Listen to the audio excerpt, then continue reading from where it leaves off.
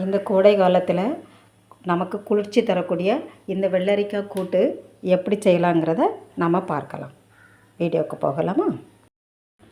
அடுப்பில் ஒரு மண்சட்டி வச்சுட்டு அதில் கொஞ்சம் லைட்டாக எண்ணெய் விட்டுட்டு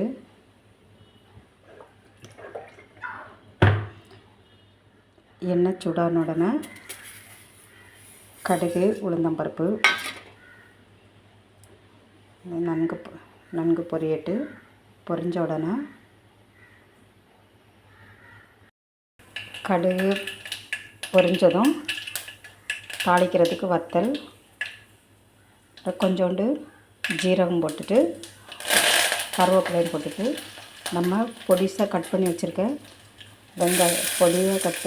பொடி வெங்காயத்தை போடணும். பொடியாக கட் பண்ணி வச்சுருக்க சின்ன வெங்காயத்தை போடணும். இந்த கூட்டுக்கு சின்ன வெங்காயம் நல்ல ஒரு டேஸ்ட்டை கொடுக்கும். அதனால தான் சின்ன வெங்காயம் போட்டு நம்ம பண்ணுறோம். சின்ன வெங்காயத்தை இப்படி நல்லா வதக்குங்க. அது கண்ணாடி பழம் வரும் வரையிலும் இந்த வெங்காயத்தை நல்லா வதக்குங்க.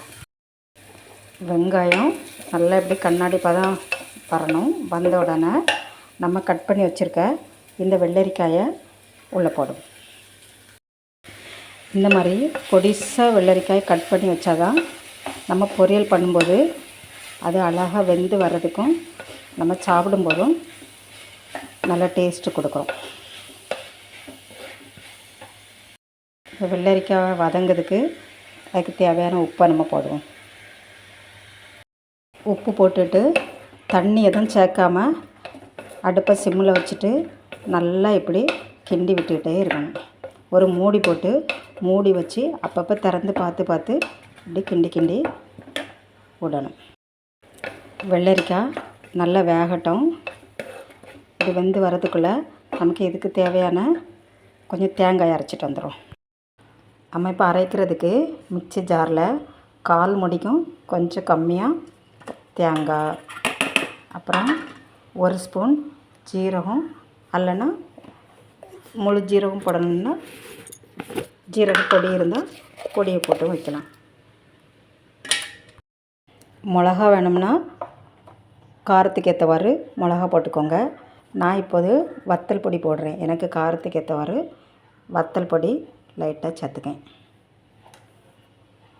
அப்புறம் கொஞ்சோண்டு கருவேப்பிலை போட்டு தண்ணி விடாமல் நல்லா லைட்டாக அரைக்கணும். இப்போ பாருங்கள், தண்ணி விடாமல் இப்படி லைட்டாக அரைச்சி எடுத்து வச்சுக்கணும். காயில் தண்ணியே விடலை, எப்படி தண்ணி விட்டுருக்கு பாருங்கள். இப்போ நம்ம தேவையான அளவு மஞ்சள் பொடி லைட்டாக போட்டுட்டு நல்லா கிண்டி விடுவோம். வெள்ளரிக்காய் நல்லா வெந்துடுச்சு. இப்போ நம்ம அரைச்சி வச்ச இந்த தேங்காய் மசாலையை நல்லா போட்டு நல்லா மிக்ஸ் பண்ணுவோம். மிக்ஸ் பண்ணிவிட்டு இந்த ஸ்டேஜில் உப்பு காணுமா, எரிப்பு காணுமா என்ன எல்லாத்தையும் நம்ம டெஸ்ட் பண்ணி பார்த்துக்கலாம். பார்த்துட்டு உப்பெல்லாம் கரெக்டாக இருந்ததுன்னா நம்ம இறக்கிடலாம். இதுதான் வெள்ளரிக்காய் பொரியல். சாப்பிட்டுட்டு பொரியல் எப்படி இருக்குன்னு சொல்லுங்கள் ஃப்ரெண்ட்ஸ். இதுதான் கன்னியாகுமரி மாவட்டத்து வெள்ளரிக்காய் கூட்டு. செஞ்சு பார்த்துட்டு எனக்கு சொல்லுங்கள். ஓகேவா?